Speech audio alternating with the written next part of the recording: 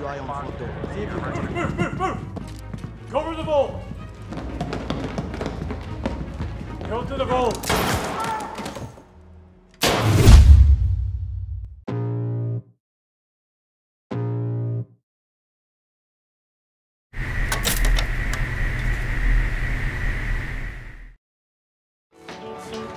Rabbit running down across the road.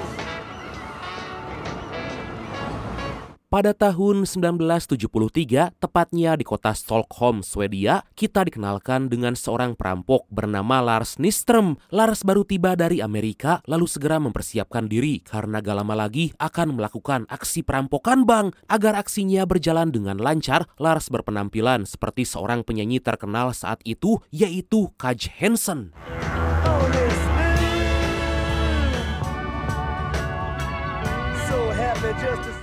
Dari sana Lars pergi ke tengah kota dan karena penampilannya sangat nyentrik, Lars dikira akan menonton konser. Mendengar itu Lars hanya terdiam dan sesekali melempar senyuman manis sambil menikmati indahnya kota. Dan inilah sebuah film yang diangkat dari kisah nyata, Stockholm. Beberapa saat kemudian Lars turun dari taksi karena bank yang menjadi target perampokan udah semakin dekat. Lars memutuskan berjalan kaki sambil membawa tas besar berisi penuh dengan senjata. Dengan santai Lars masuk dan sama sekali gak menimbulkan kecurigaan. Tanpa berlama-lama Lars segera mengeluarkan senjata dan aksi perampokan pun dimulai.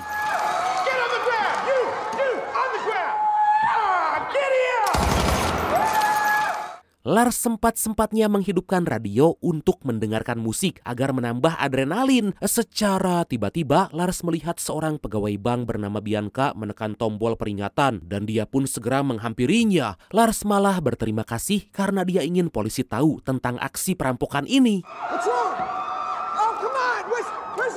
Kemudian Lars meminta Bianca agar segera memanggil manajer bank karena Lars ingin memberikan tawaran. Dikarenakan pusing terlalu banyak sandera, Lars meminta mereka keluar dan menahan Bianca serta dua temannya agar tetap berada dalam bank.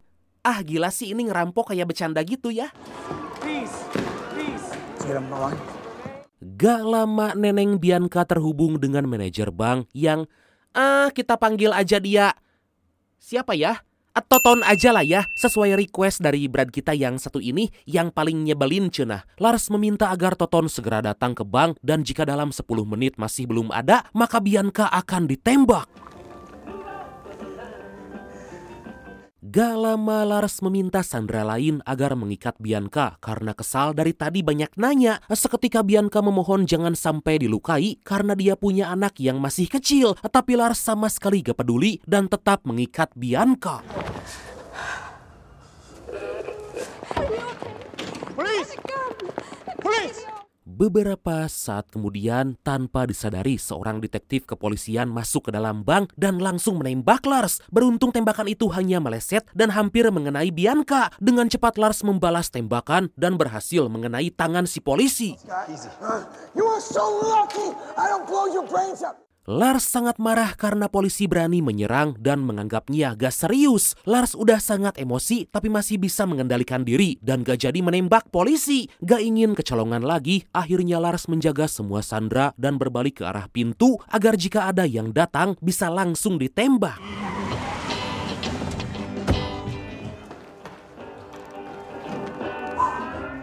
Lars meminta agar polisi menghubungi Toton dengan menyanyikan lagu dari Bob Dylan yang sering dia dengar. Mendengar itu Toton merasa aneh tapi gak terlalu peduli.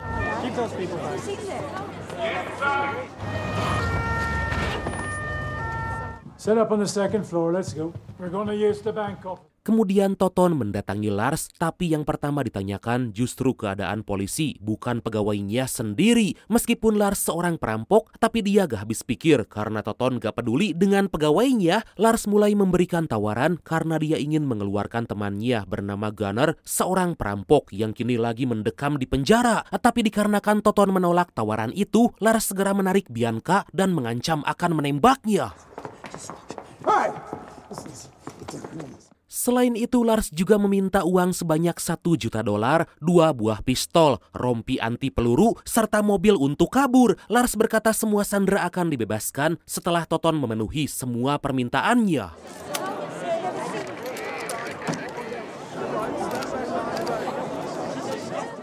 Better not see any cops on this floor, huh? 1 jam kemudian, akhirnya Gunner tiba dengan pengawalan ketat dari kepolisian. Toton membawa Gunner ke hadapan Lars dan tentu Lars kaget karena permintaannya dipenuhi. Lars pun meminta Toton segera menyiapkan permintaannya yang lain termasuk sebuah mobil Mustang. Harus Mustang ya? Nggak boleh Hyundai gitu atau apapun itu? SMK misalnya? I did it! No! You're free! Lars sedikit merasa curiga hingga menanyakan apa yang para polisi tawarkan pada Gunner. Sontak Gunner menjawab bahwa dia diminta menjadi mediator antara Lars dengan pihak bank. Yeah, well, in case we get delayed, you know, who knows what we're gonna need. Government issue a pistol. Wait. Kemudian Gunner pergi ke ruang kontrol kamera pengawas untuk menghapus semua data. Dikarenakan masih gak menyangka telah berhasil membebaskan Gunner, Lars ingin terus berada di samping Gunner, tapi Lars diingatkan menjaga Sandra agar gak kabur.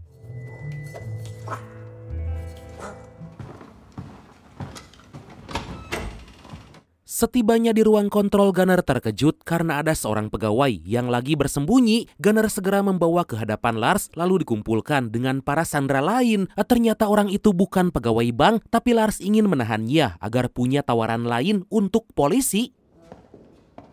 Come over and Beberapa saat kemudian, suami Bianca datang. Suami Bianca terlihat sangat khawatir dan ketakutan, takut terjadi apa-apa pada Bianca. Dengan sangat sedih, Bianca meminta suaminya menuliskan resep makanan agar suaminya bisa menyediakan makanan bagi anak mereka jika Bianca gak pulang. If I die, you can live on fish. You won't die. Kemudian Toton berkata jika yang merampok itu bukan Kaj Hansen, melainkan Lars Nyström. Tentu Lars menjadi sangat gugup karena penyamarannya udah diketahui. Tapi Lars pura-pura gak peduli karena yang terpenting bisa segera keluar dari bank bersama uang $1 juta. Toton berkata akan memenuhi permintaan Lars, tapi semua sandera harus aman. You might have to kill one of them so we can get out of here. Lars menghubungi Perdana Menteri mengancam akan menghabisi semua sandera jika permintaannya gak segera dipenuhi. Lars menghitung sampai 10 dan akan membunuh salah satu sandera. Merasa Lars mulai serius, Perdana Menteri mencoba bernegosiasi ulang, tapi kemudian aksi tersebut membuat Bianca sangat marah karena yang dilakukan para perampok sangat pengecut. Gunner pun segera menampar Bianca karena telah berbicara dengan sembarangan. Gunner menghampiri Lars memintanya jangan sampai menghabisi Sandra karena para polisi bisa menyerbu. Lars merasa sangat bersalah dan gak menyangka bahwa Perdana Menteri ternyata sama sekali gak peduli dengan para Sandra.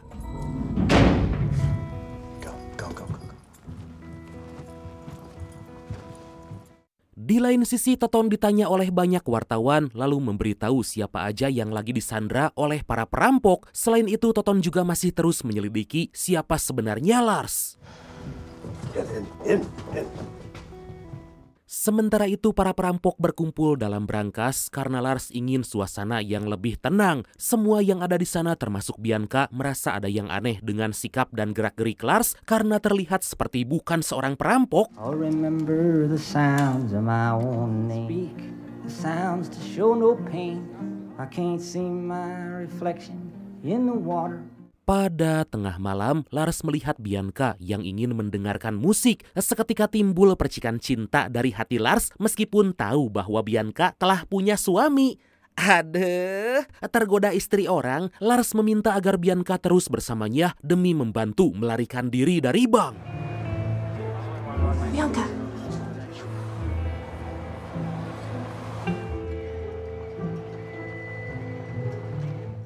Di keesokan hari, Bianca memberitahu jika rekannya datang bulan dan tentu membutuhkan pembalut. Lars dan Gunner hanya terdiam karena bingung dengan apa yang harus diperbuat. Seketika Lars memanggil para polisi agar membantu membawakan Softtek, tetapi polisi meminta Lars membawa Sandra demi memastikan bahwa mereka semua baik-baik aja.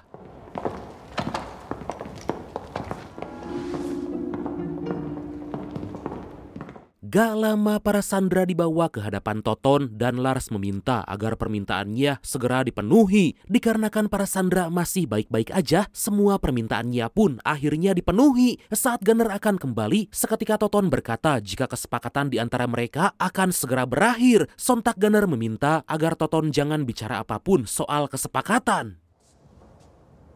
Ja. Beberapa saat kemudian, Bianca dihubungi oleh Perdana Menteri, lalu Bianca meminta agar permintaan para perampok segera dipenuhi. Tapi Perdana Menteri berkata akan mencegah para sandera pergi bersama para perampok karena itu sangat berbahaya. Seketika Lars segera merebut telepon, mengancam akan membunuh seorang sandera jika semua permintaannya gak segera dikabulkan. Say that you did the right thing. I got an idea. Come here. Setelah telepon ditutup, Lars membawa Bianca ke belakang lalu meminta pistol kepada Gunner. Ternyata Lars akan meminta Bianca memakai rompi anti peluru karena Lars akan menembaknya. Semua ini dilakukan agar para polisi bisa segera memenuhi permintaan dan mereka bisa segera keluar dari bank. Lars berkata jika Bianca gak akan mati tertembak, walaupun mengenakan rompi anti peluru pasti tetap merasakan sakit. Hey! Pigs! Dari sana Lars membawa Bianca ke hadapan Toton agar permintaannya segera dikabulkan. Bukannya khawatir, Toton malah mengungkapkan siapa Lars sebenarnya dan menyebutnya sebagai pengecut karena telah mengaku-ngaku sebagai orang lain. Sontak Lars sangat marah hingga saat melihat Bianca berlari ke arah polisi. Tiba-tiba Lars sangat gak menyangka karena dia telah menembak Bianca hingga tersungkur. Lars sangat panik karena Bianca mengeluarkan darah padahal udah dipasang rompi anti peluru. Lars pun segera membawa Bianca ke ruangan brankas demi memastikan keadaannya. God. Oh shit! What happened? Oh shit! Kabar tentang penembakan tersebut tersebar ke semua media dan diduga bahwa Bianca telah tewas. Tentu suami Bianca gak kuat menahan kesedihan karena saat ini sang istri telah tewas. Idiot now.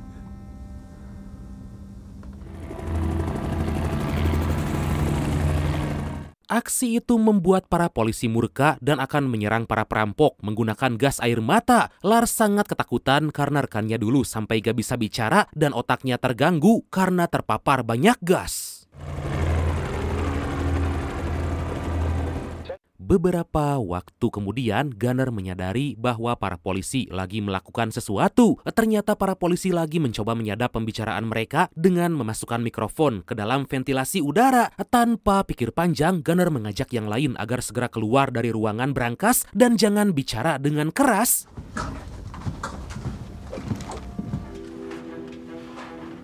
Yep. Saat akan pergi, Lars melihat bahwa Bianca ternyata masih selamat dan udah sadarkan diri. Alhamdulillah, Lars merasa sangat senang karena rencananya berjalan dengan baik meskipun Bianca harus merasakan kesakitan. Lars membawa Bianca bergabung dengan yang lain dan tentu mereka sangat kaget karena Bianca masih hidup. Lars memberitahu bahwa dia telah memasang rompi anti peluru seperti saat dulu Gunner beraksi merampok sebuah bank. Tapi Gunner berkata jika itu semua gak benar karena saat itu semua sandera tewas. Gunner meminta jangan sampai polisi tahu dengan kondisi Bianca. I need ice and painkillers. Buy some painkillers. Dikarenakan Bianca terluka, Lars meminta agar Toton membawakan es batu, obat penghilang rasa sakit, serta beberapa makanan. Lars meminta Toton segera memenuhi semua permintaan itu dan jangan sampai ada lagi sandera yang tewas. Toton berkata jika besok pagi, Lars, Gunner beserta semua sandera bisa pergi dari bank. Now. Di sela menunggu Toton mengantar obat serta makanan, Lars dan Gunner bercerita pengalaman selama di penjara. Bukannya takut, para sandera semakin penasaran bahkan tertawa karena banyak hal lucu yang mereka alami saat di penjara.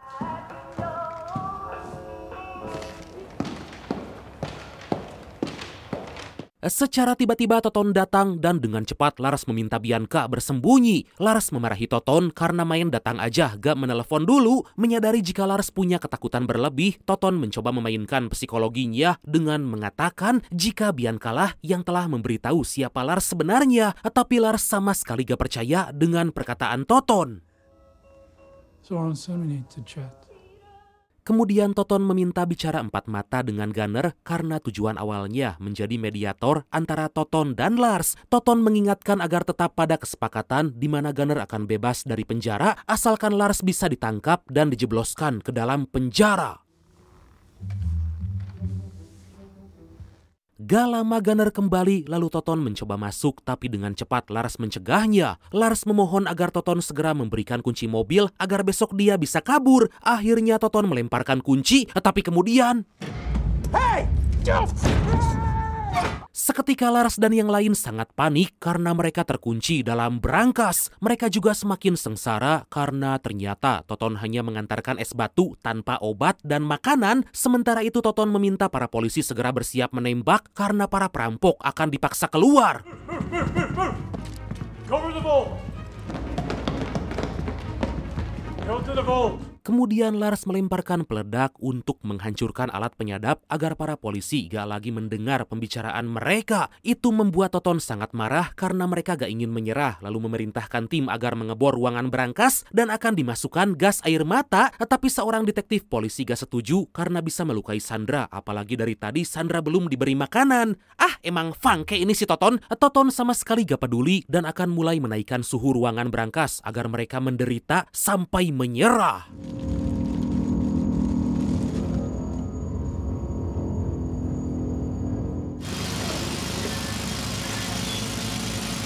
Suhu dalam ruangan berangkas terus berganti, mulai dari sangat panas sampai terlalu dingin. Saat itu Lars dan Gunner terlibat cekcok karena Gunner seperti lebih membela para polisi dan tiba-tiba...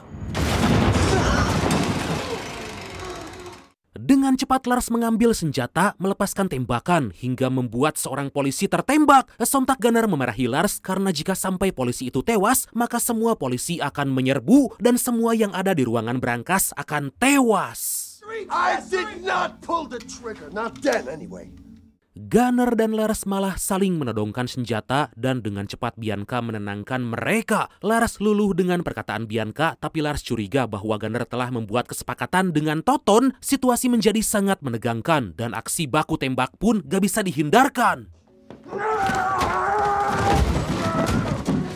Kini mereka saling melepaskan pukulan hingga Lars mengunci leher Gunner. Bianca segera mengambil senjata mereka dan meminta segera berhenti. Lars menghampiri Bianca dan malah meminta agar Bianca menembaknya. Ternyata itu adalah cara Lars agar Bianca bisa tenang dan menyerahkan senjata.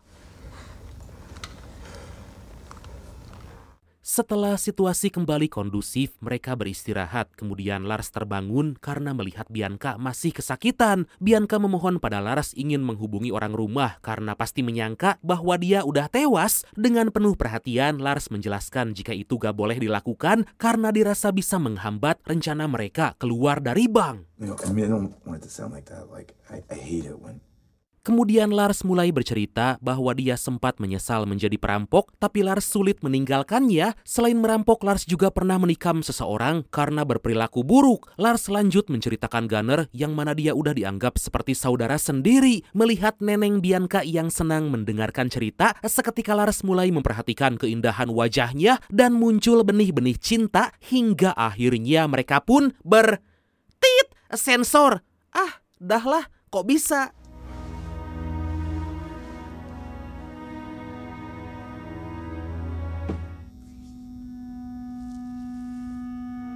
Pada pagi hari, Lars dan Gunner diminta oleh Toton agar menyerah dan hanya diberi waktu 1 menit. Semua menjadi sangat panik karena Lars merasa bahwa Toton akan membunuhnya. Berbeda dengan Lars, Gunner terlihat santai dan ingin menuruti permintaan Toton. Tapi Lars mengancam akan menembak jika Gunner ingin menyerahkan diri.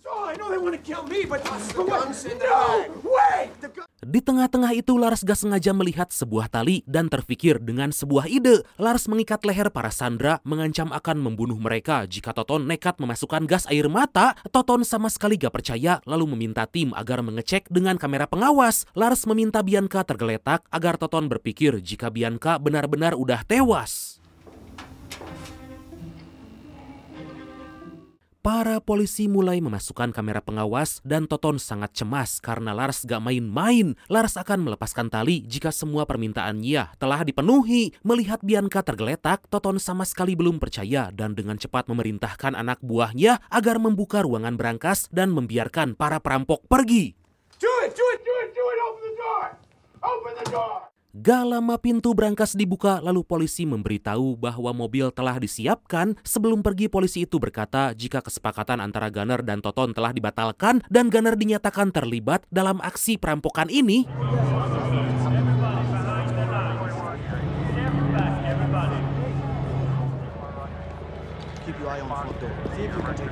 Lars, Gunner, dan para sandera memakai rompi anti peluru, tapi Lars kepikiran dengan apa yang diucapkan polisi soal kesepakatan Gunner dan Toton. Lars mulai berhati-hati karena bisa jadi semua ini adalah jebakan.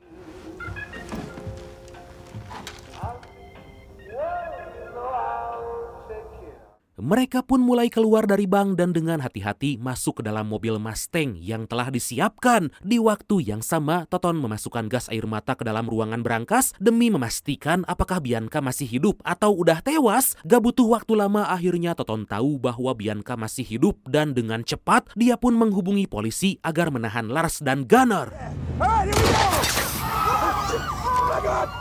Situasi menjadi menegangkan karena ban mobil ditembak hingga Lars dan Gunner langsung menodong para sandera. Toton mencoba menenangkan mereka, mengajak Lars dan Gunner kembali ke dalam bank karena ban mobil akan diperbaiki. Lars sama sekali gak curiga dan malah mengikuti perintah dari Toton karena takut ditembak oleh sniper. Setibanya di dalam, Lars merasa sangat khawatir dengan kondisi Bianca dan akan kembali ke dalam ruangan berangkas untuk menyelamatkannya. Tapi Gunner melarang karena itu semua hanya jebakan agar mereka terkunci lagi dalam ruangan berangkas. Merasa udah kadung cinta pada neneng Bianca, Lars tetap kembali ke ruangan berangkas. Go.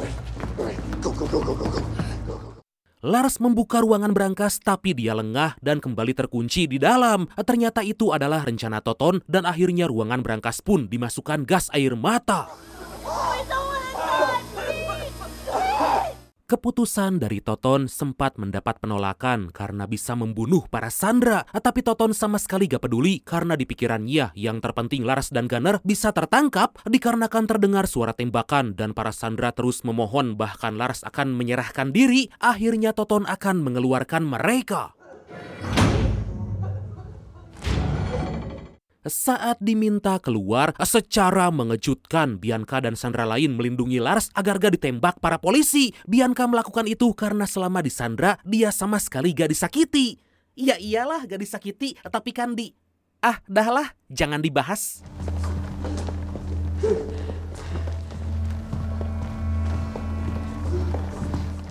Gak lama mereka tiba di lobi dan langsung berpelukan karena masih bisa selamat. Melihat Bianca yang terus memeluk erat Lars, para polisi segera melepaskannya dan segera memborgol Lars karena akan dijebloskan ke dalam penjara.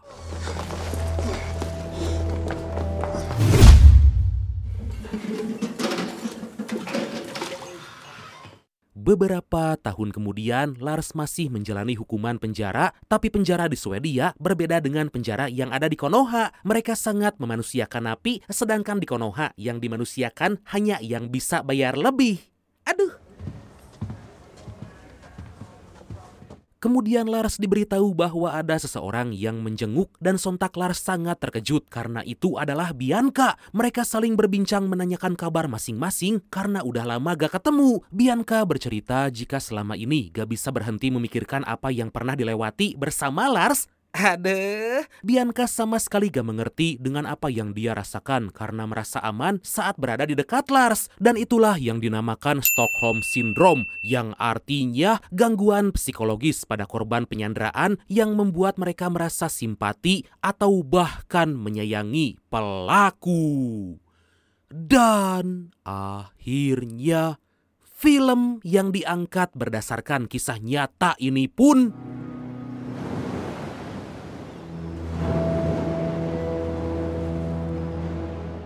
tamat. Wah, bisa gitu ya? Kisah nyata loh ini, bisa-bisanya. Oke lah bradku, makasih banyak udah nonton sampai akhir. Seperti biasa mohon maaf karena masih banyak kekurangan. Semoga terhibur, semoga kalian dan keluarga sehat selalu. Salam sukses, salam santuy dan see you next time. Bye-bye.